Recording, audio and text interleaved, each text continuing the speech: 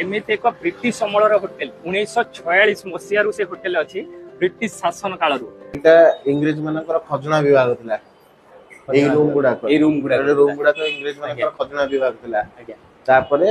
एठी से होटल व्यवसाय आरंभ करछु अणारु आमे सुनिछु आज्ञा आउ सेतु तो हमर जते के हेतु नै किंतु आम पाखे प्रमाण मध्ये अछि